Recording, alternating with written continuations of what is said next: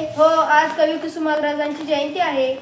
आज कवी कुसुमाग्रजांचा दिन का म्हणून साजरा केला जातो? मराठी गौरव भाषा दिन म्हणून साजरा केला जातो. काळात अरे तू काय करतो आहेस?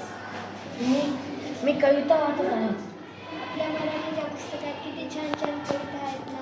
हा, मी उद्या कुसुमाग्रजांची कविता म्हणणार. मी इंग्रजीत बोलणार नाही, मी मराठीतच बोलणार, मराठीतच व्यवहार करणार.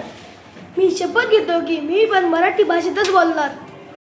पाहतालो जानी सुख झाले हो साजनी, तो हा विठ्ठल भरवा, तो हा माधव भरवा. अरे काय म्हणतोय? अरे मी एक मराठी भाषेतील भजन म्हणतोय. मला तुला एक प्रश्न विचारू? हो, विचार.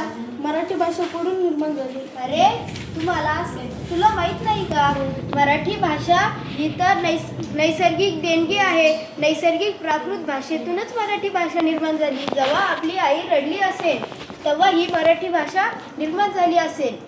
हा होय, म्हणून माझी आई मला दररोज रडायला. महाराजांनी महाराष्ट्रीय प्राकृतिक भाषेत लेखन केले आणि ती संत एकनाथांनी पुढे चालवली. छत्रपती शिवाजी महाराजांनी ती भाषा समृद्ध केली.